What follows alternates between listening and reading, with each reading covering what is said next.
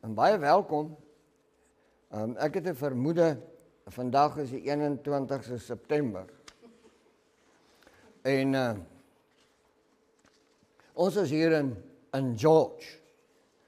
Vir die wat nie weet, Afrikaans is georg, maar ons is hier in die Weskaap, baie dankbaar om by hierdie 'n kosbare bondel mens te wees wat hier sit. Ons gaan vandag met u praat oor 'n onderwerp wat sekerlik binne in hierdie land groot rimpelings gaan veroorsaak en so meer, maar dit pla nie.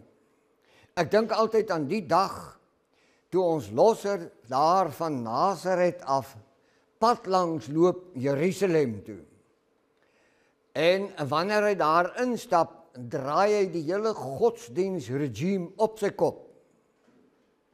Almal is kwaad. Almal so klippe. Almal spot. Is dit nie die skrynwerker se seun nie? Maar niemand het geweet dat Vader Jahwe in die vlees besoek aflê in Jerusalem nie. Nou, hulle het hom nie ontvang nie. Hulle het hom nie 'n koninklike scepter gegee nie. Hulle het hom nie 'n troon gegee nie. Hulle het hom nie 'n paleis gegee nie. Hulle het hom niks gegee nie. Hulle het hom name gegee. Hulle het hom 'n wynsuiper genoem en 'n vraat en al hierdie dergelike dinge. Weet jy waarom? Omdat hy hier ingestap het om dit wat woes en leeg was, om te draai na die volheid van sy heerlikheid. Dit was sy missie. Daarom is die tema vandag van Eden na Eden. Dis baie interessant as jy op vakansie gaan. Dan sluit jy die huis toe en jy ry weg van die huis af. Maar op 'n dag dan draai jy om. Dan kom jy terug na dieselfde plek toe. Is dit nie waar nie? Dit is jou plek. Daarom praat ons in hierdie tema van môre van Eden na Eden. Maar ons moet eers Eden vir u beduie. Soos u geleer is Eden 'n tuin. Die skrifte leer ons nie dat Eden is die tuin nie. Daar staan geskrywe, daar's 'n tuin in Eden. Lees jou Bybel mooi. Hy moenie oor vertaal word nie. Hy moet net oor gelees word. Daar staan geskrywe in Genesis 2:8 en Vader het 'n tuin aangelê in Eden. Kan hom lees daar in jou Bybel as jy my nie glo nie. Hy staan daar geskrywe en dit beteken dat Eden is 'n omstandigheid wat u en ek moet oor praat voor ons verder kan praat oor hierdie aangeleentheid. So Eden beteken die volheid van sy majesteit, die teenwoordigheid van sy grootheid en sy naam en al die wonderlikhede van sy wese. Dit is Eden, as ons dit 'n naam mag gee. Maar Vader lê 'n tuin aan in Eden. Met ander woorde, hy lê 'n tuin aan wat by sy wese pas, by sy godheid pas, by sy majesteit pas. En nou kan ons mooi gaan kyk wat het gebeur. Binne in hierdie tuin het hy 'n paartjie geskep. En hierdie paartjie het hy goddelik toegerus om te wat? Om binne in Eden, binne in sy teenwoordigheid, binne in sy majesteit, in hierdie absolute onbeskryflike majesteit te kan funksioneer. En hy gee vir hulle 2 opdragte. Die eerste opdrag in Hebreëus is awat. Dit beteken om in sy teenwoordigheid te kan dien. Die ander een is shawar in Hebreëus, wat beteken om jou te bewaar vir hierdie heerlikheid. Daarom staan in ons Bybel geskrywe in Genesis 1, hy het hulle in die tuin gestel om die tuin te bewerk en te bewaak. Nou hierdie woordjie bewerk, dit kan ook so beteken, maar wat beteken om te dien, om die plek te dien, om die plek te hou, soos wat Vader hom geskep het. En dienery gaan oor na bewaking toe, of bewaar, dat dit wat Vader geskep het, moet hy intiem bewaar. Dit is die mooi van hierdie oomblik. Nou, wanneer ons kyk na hoe dit plaasgevind het, dan lees ons in die skrifte dat hier was 'n slang. Hier was 'n slang hier in die tuin. Nou jy weet, as ons voorgeslagte Chinese was, het hulle die slang geëet, dan was ons vandag nog in Eden. Maar u moet nou vir my baie mooi hoor. Hierdie slang, Openbaring 20 verse 2 en 3 verduidelik vir jou baie mooi wie is die slang. Daar staan geskrywe, die draak wat die duiwel en die Satan is, die ou slang. Nou weet ons dadelik dat die Satan verteenwoordig dan nou duisternis. Hy verteenwoordig die leuen. En wat gebeur? Hierdie twee mense, wat so goddelike rein geskape is, word deur hierdie duisternis aangeraak en onmiddellik is hulle besmet. Onmiddellik is hulle nie meer rein soos wat Vader hulle geskep het nie. En wat moet hy doen? Hy moet hulle uitban uit die tuin van Eden. Dis 'n ou verhaal, maar bly net 'n bietjie by my. Wanneer hulle self aan die buitekant van die tuin bevind, is hulle nie meer onder Vader se gesag nie, hulle is onder die Satan se gesag. Die hele plek is 'n verwoesting aan die buitekant van Eden. Maar dis die plek waarin ons geskep is, dis die plek waarin ons voete gevind het, dis die plek waar Vader ons opgestel het en ons gesagspersone gemaak het, binne in hierdie heerlikheid. En nou is ons nie meer daar nie, ons is in die buitekant. En vir bykans 6000 jaar word die nageslag van hierdie Adamspaar vertrap en verwoes. Deur wie? Deur die slang, deur die leuns. En dan het hulle in hierdie land en oral op die planeet godsdienstinstitusies geskep, wat hierdie Bybel waag om tussen hulle hande te hou, en hierdie kosbare geslag van Jakob, wat Vader se uitverkore geslag is, te mislei en te verwoes, te laat verbaster. Dis sleg hier buite. Maar kom ons kyk. Eden was 'n werklike plek. Die tuin is 'n werklike plek. Dit is nie 'n geesding wat ergens abstrakt hier rond sweef nie. Dis 'n werklike plek. Ek waag altyd om te sê, die planeet Aarde is Vader se tuin. Want hy het voor hierdie baie, het hy gesê, vir die man en die vrou, wees vrugbaar en vermeerder en vul die aarde. Jy het dit in jou Bybel gelees, dit staan so geskrywe. Maar dit het toe nou nie so gebeur nie. Gevolglik is hierdie Adamiese lyn, wat hier binne in hierdie massas hier buite, stryd voer met alles wat jy kan opnoem.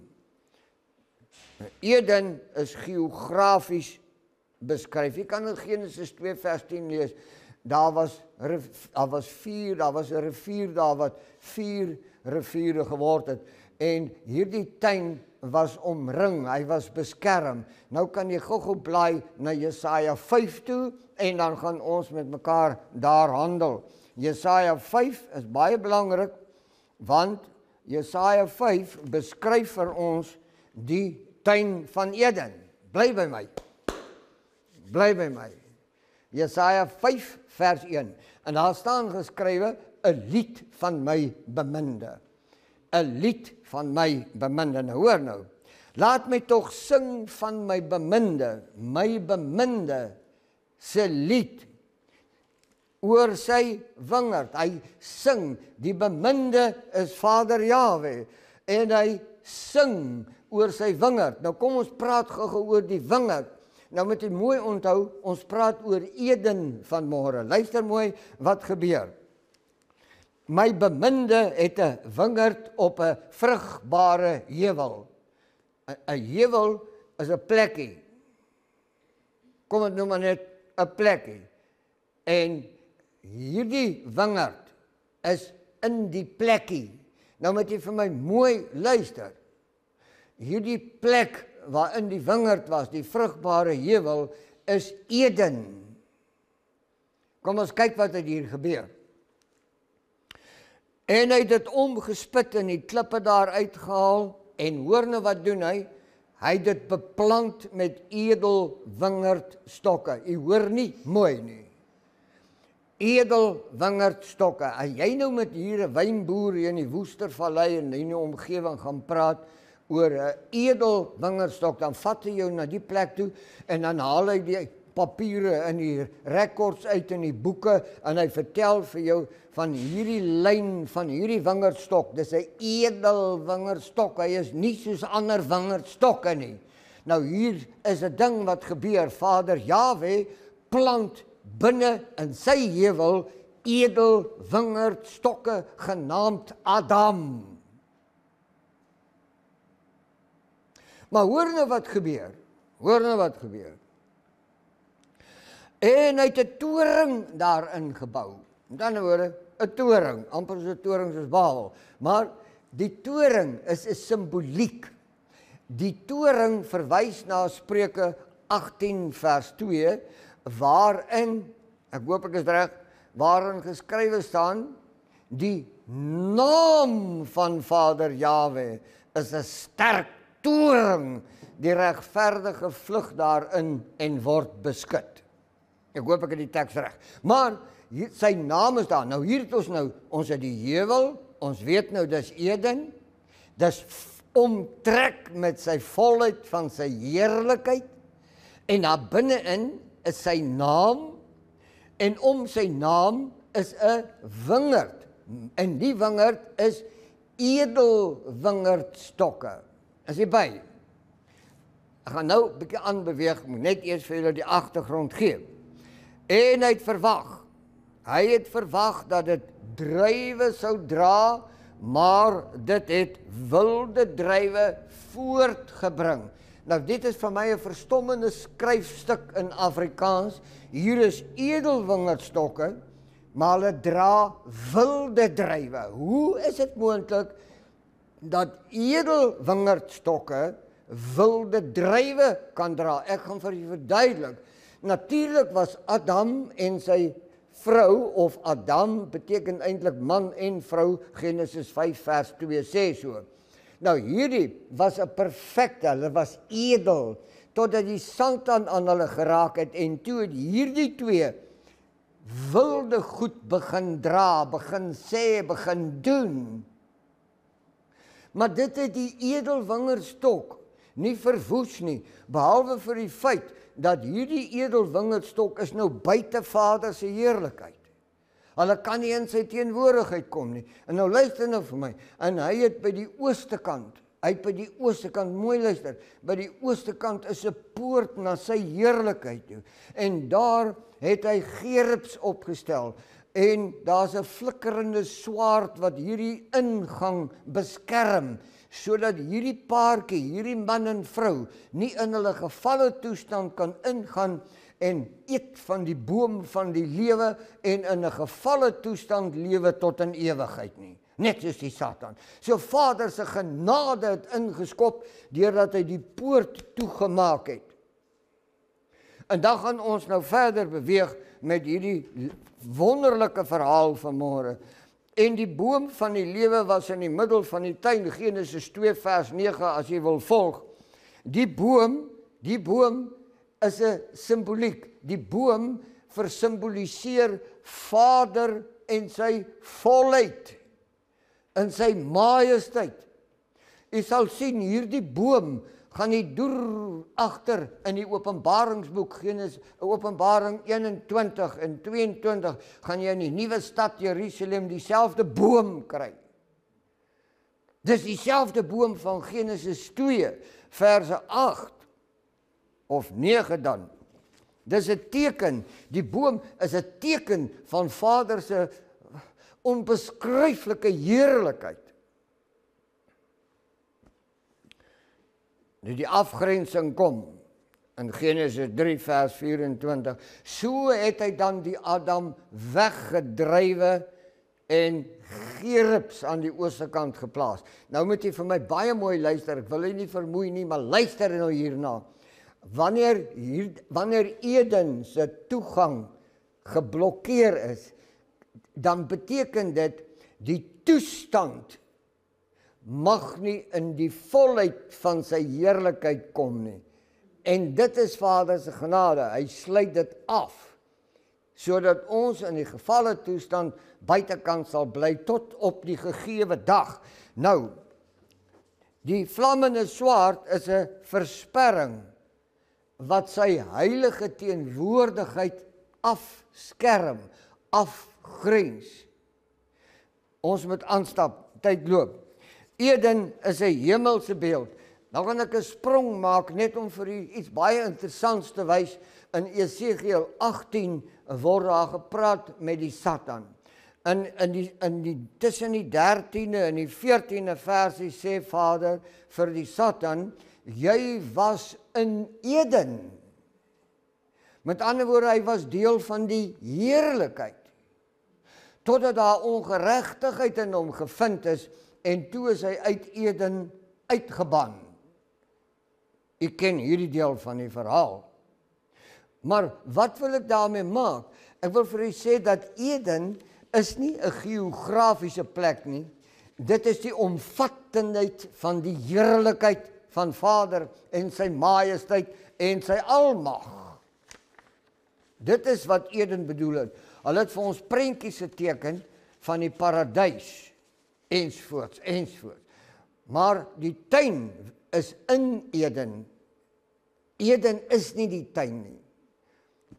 Eden word hier gebruik as 'n beeld van die oorspronklike glorie van Vader. Jy was in die tuin, sê hy vir die Satan, totdat daar ongeregtigheid in jou gevind het. En ongeregtigheid sal nie binne in sy teenwoordigheid gevind word, op geen manier nie. Daar's hy. Nou, net om vir u te wys, hoe kosbaar is die Eden-aangeleentheid deur die skrifte, blaai bietjie na Jesaja 51 vers 3. Jesaja 51 vers 3, en dan lees jy nou saam met my. Nou hier is 'n volk, man. Sy is vertrap, sy is in die woestyn, sy is verwaarloos, sy is nie in plek nie, op geen manier nie. Maar hoor nou, hoe kosbaar kom die profeet op. Nou 'n profeet kondig Vader se raadsbesluit aan. Amos 3 vers 7 sê, dat Vader Jahwe doen niks, tensy hy sy raadsbesluit aan sy profete bekend gemaak het nie. Nou hoor nou hoe sê Jesaja 51, hy kondig 'n raadsbesluit aan. Dit is vir my so kosbaar, dit is so opwindend.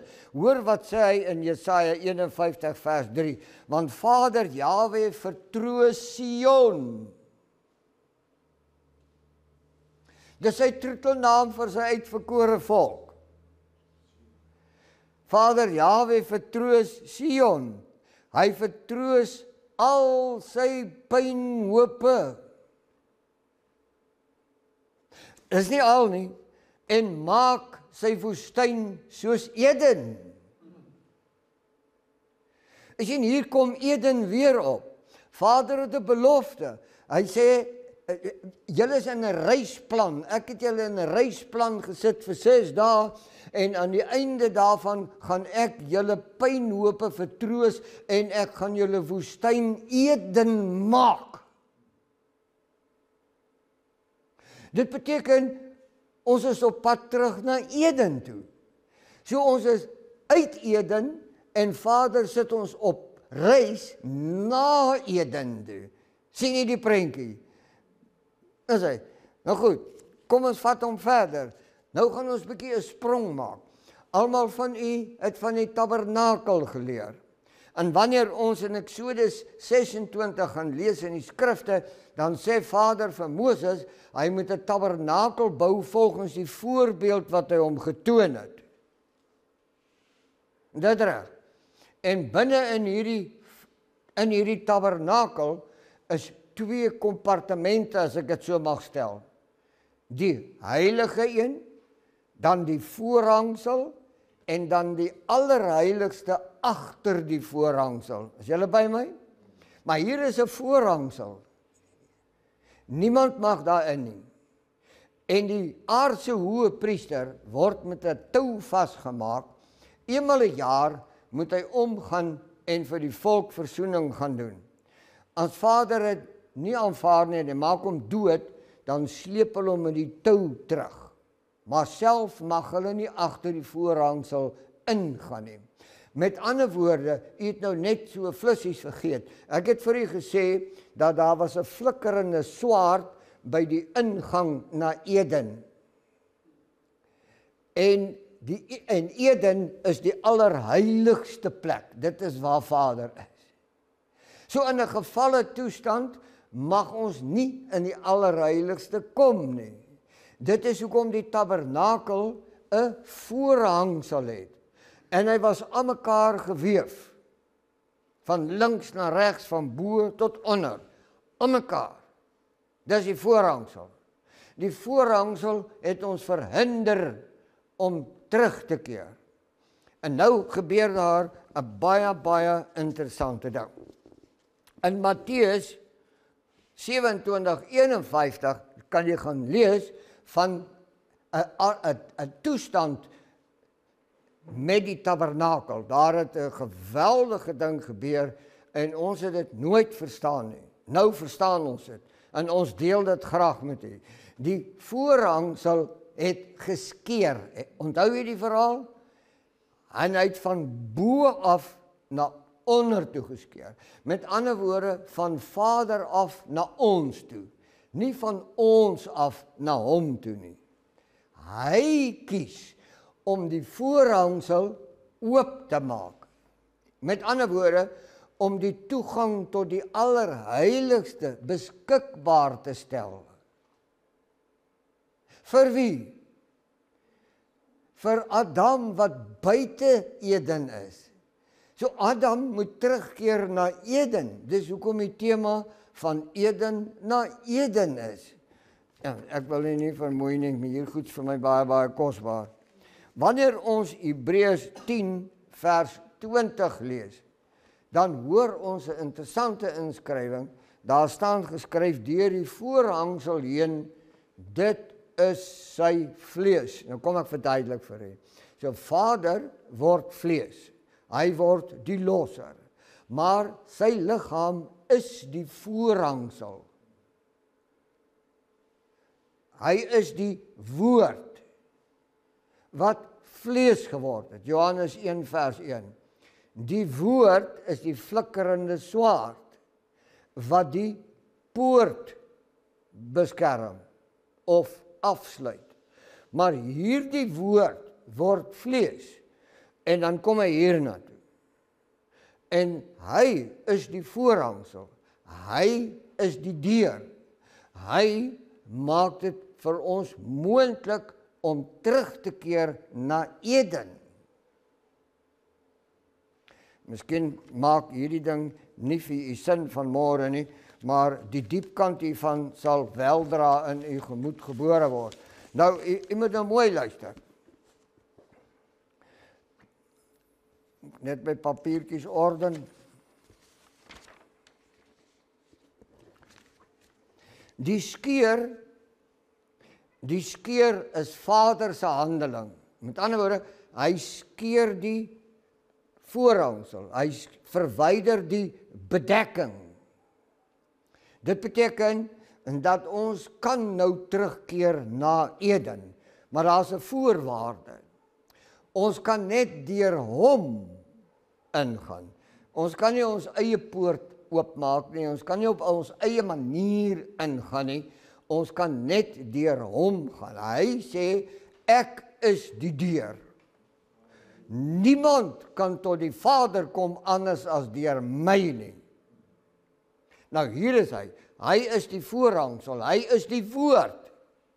En wanneer hy ons bedien met die woord, dan heilig hy. Jy word geheilig deur die woord.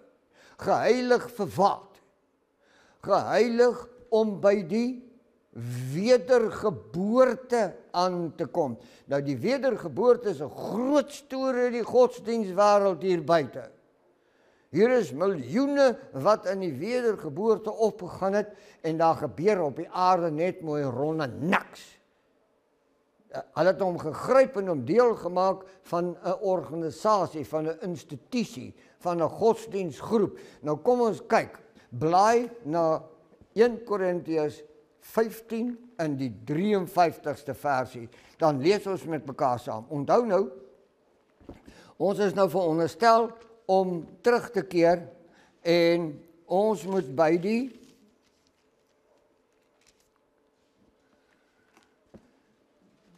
(1 Korintiërs 15)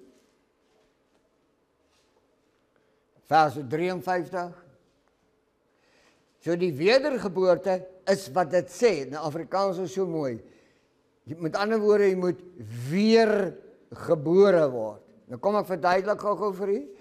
In Johannes 3 is 'n man, sy naam is Nicodemus. Hierdie ou het 'n sterk bankrekening gehad. Hy kon die hele stad vir 'n tyd lank alleen onderhou.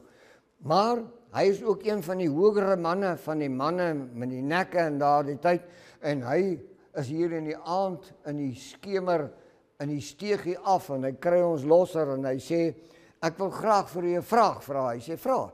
Hy sê, hoe moet ek maak om die ewige lewe te beerwe, of die koninkryk te beerwe? En dan sê hy vir hom, jy moet weer gebore word, en onmiddellik val hy in die vlees vas, en hy sê, hoe kan ek in my moeder se skoot teruggaan en weer gebore word? So, jy sien, dit is nie waarvan die koning gepraat het nie. Want hy sê vir hom, Nicodemus, vlees baar vlees, maar gees baar gees. Dit staan in jou Bybel geskrywe. So die wedergeboorte het nie te maak met vlees nie. Nou kom ons verduidelik vir u. Dit beteken, om terug te keer na Eden, moet jy gewederbaar word. Jy moet weer teruggebore word, om aan te kan, of deel te kan wees van Vader se heerlikheid en sy majesteit waarvandaan ons uitgeval het. Nou kom ons kyk 'n bietjie in 1 Korintiërs 15, lees saam met my in verse 53. Lees mooi gou daar saam. En nou moet jy vir my mooi luister, ons gaan stadig beweeg, dat jy hom mooi kan hoor. Daar staan geskrywe, want hierdie verganklike, luister mooi, want hierdie verganklike, dis nou hierdie vlees en bloed wat ons dra. Hy sê, Paulus sê, want hierdie verganklike, moet wat? Moet met onverganklikheid bekleed word. Kom ons lees dit weer. Want hierdie verganklikheid moet met onverganklikheid bekleed word. Jy sien, ons kan nie met die verganklike toestand terugkeer na die tuin nie, of binne in Eden se omgewing terugkeer nie. So ons moet gewederbaar word. En hoe word ons gewederbaar? Ons gaan op hierdie spesifieke dag uit die verganklikheid verander word, om oor te gaan na die onverganklikheid, sodat ons weer deel kan wees van Vader se majesteit en sy heerlikheid. Dit is die wedergeboorte. Nou kom ons lees aan. En hierdie sterflike moet met onsterflike bekleed word. Nou wil ek net gou vir u laat blaai. Blaai gou vir ons daarna Genesis 3 verse 21. Toe Genesis 3 21 en dan lees ons daar met mekaar saam.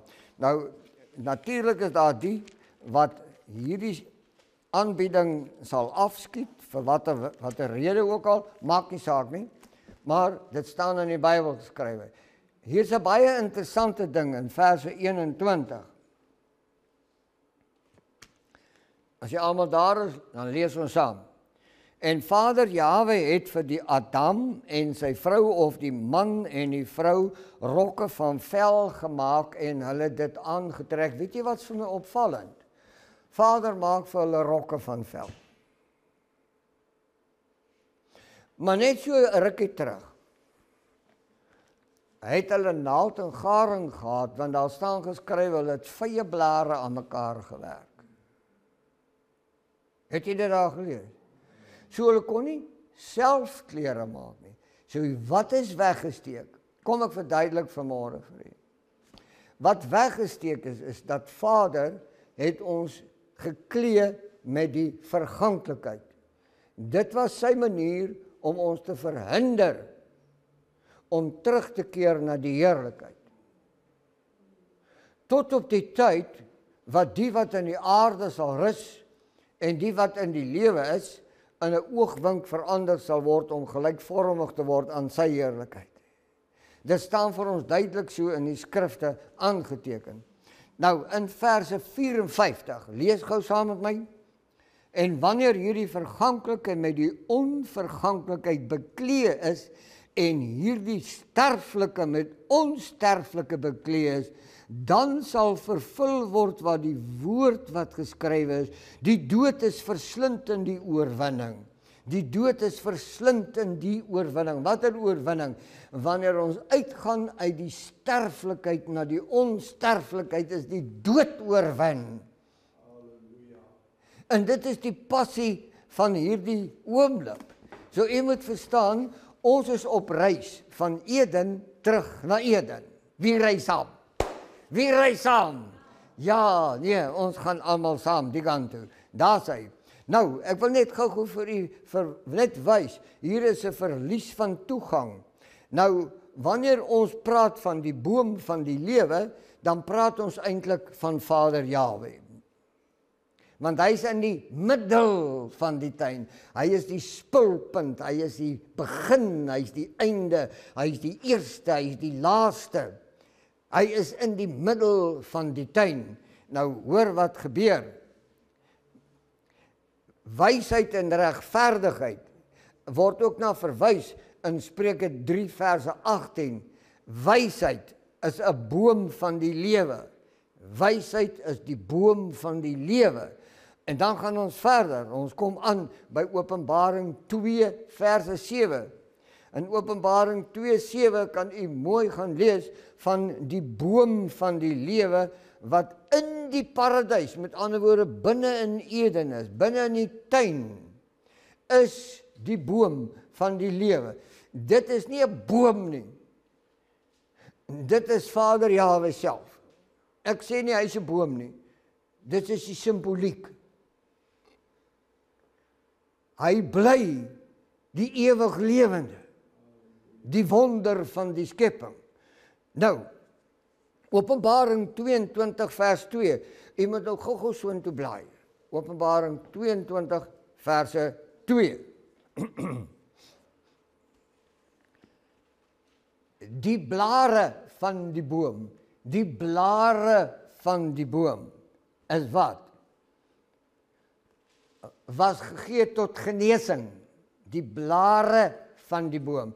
Nou, wanneer ons hierdie boek in ons hand hou, dan lees ons 'n baie interessante inskrywing. En dat Vader is altyd besig om die volk te genees, te genees, te genees. Vader doen dit.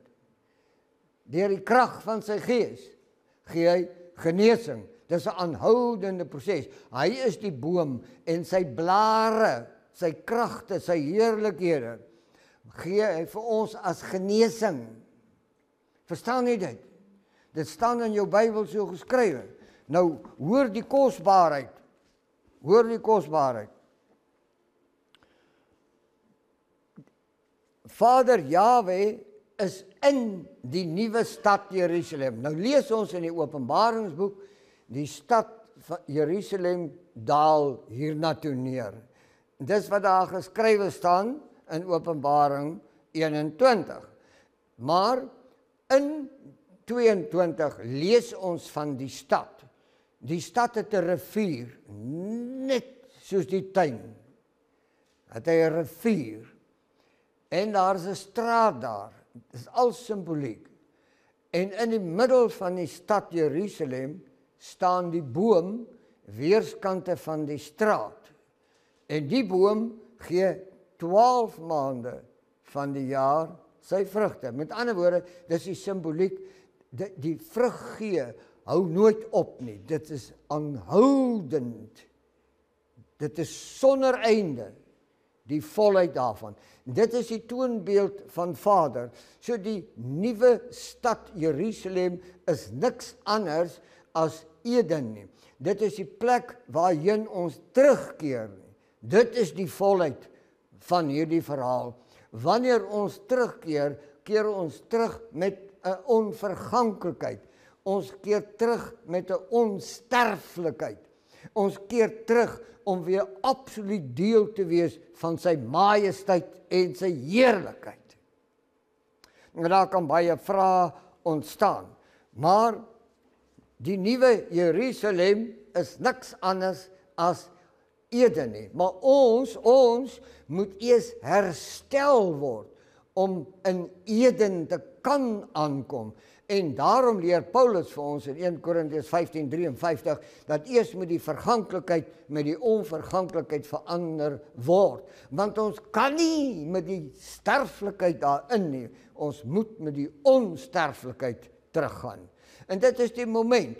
So wanneer ons losser by Golgotha die voorhangsel skeer, dan wys hy vir ons, hoe gaan hy vanuit die vlees oor na die onsterflikheid. Is dit reg?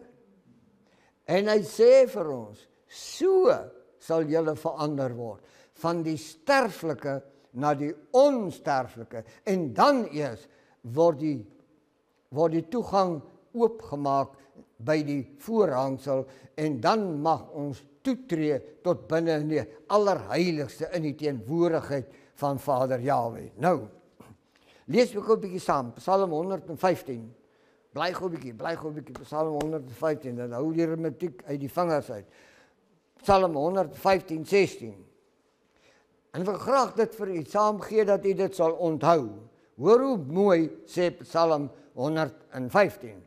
Die 16de versie. Hy sê, die hemele is hemele vir Vader Jahwe.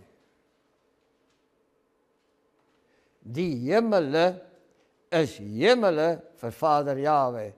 Maar die aarde het hy aan die kinders van Adam gegee. U hoor nie. Miskien moet ek dit waag om vir u te sê, sien u hierdie planeet aarde? Wanneer ek die boek Openbaring lees, dan sien ek dat Vader gaan die plek skud. Hy gaan hom skoon maak. Heeltemal skoon. En net die wat bestem is vir die onsterflikheid, sal op hierdie planeet agterbly. En hierdie planeet sal weer genoem word die tuin van Vader Jahwe. Nou, ek weet die mense gaan nie hiervan hou nie, maar dit pla my min. Openbaring 21 verse 3. Lees saam met my, ons is amper klaar. Openbaring 21:3. En ek het 'n groot stem uit die hemel hoor sê, kyk, die tabernakel van Vader Jahwe is by Adam. Hy is by Adam, en hy sal by hulle woon, en hulle sal sy volk wees, en hy self sal by hulle as hulle Vader wees.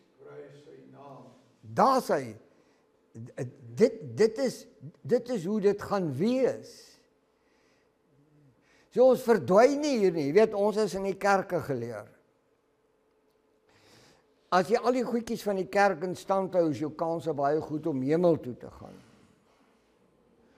Maar as jy nie die goedjies mooi in stand hou nie, is jou kans baie goed om hel toe te gaan. Ek meen, dis die twee goed wat ons mee groot geword het.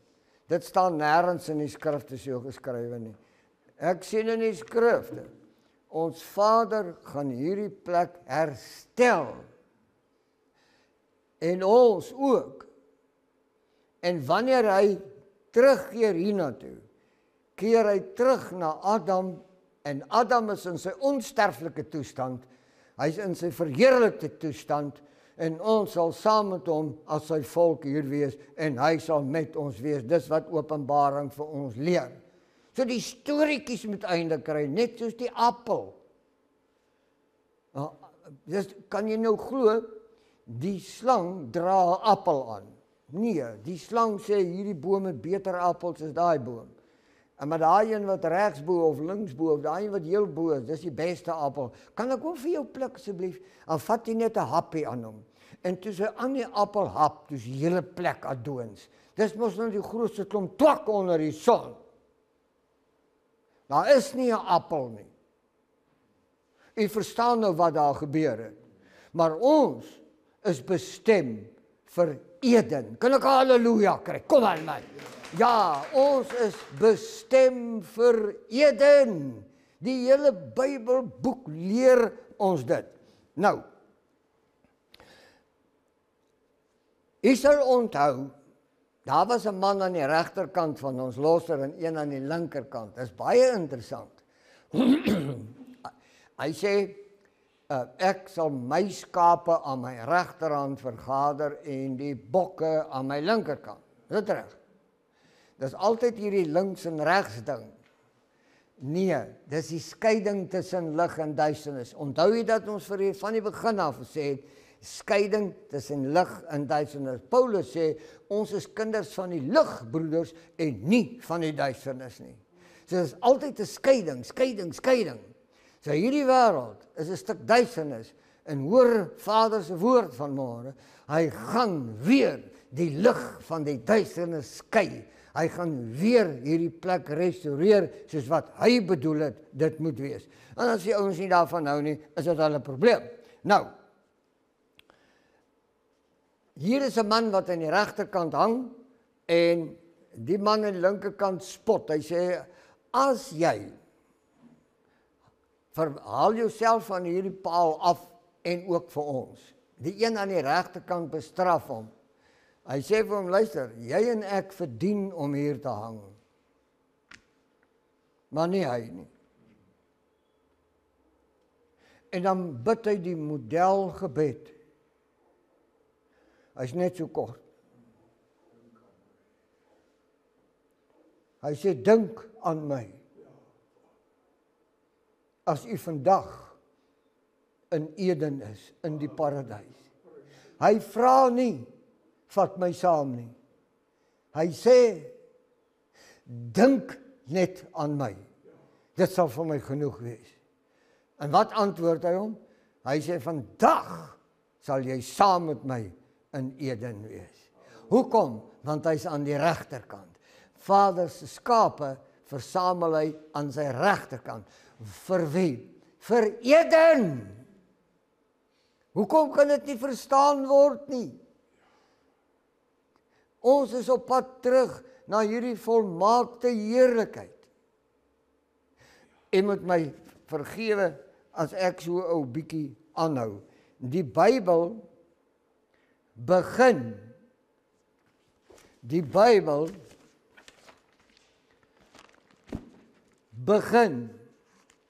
met Eden. En die Bybel eindig met Eden. Halleluja. En as jy dit gaan verstaan, dan gaan die Bybel vir u nuwe betekenis kry. En dit gaan ons kragtig maak, dit gaan ons bemagtig maak in die tyd waarin ons is. En terwyl hierdie dispensasie besig is om te tuimel, weet ons wat saam is, ons tuimel nie saam nie. Ons is op pad terug na Eden. Ons is op pad terug na die volheid van sy heerlikheid en sy majesteit. En ons sal juig in sy teenwoordigheid. Ek dank u.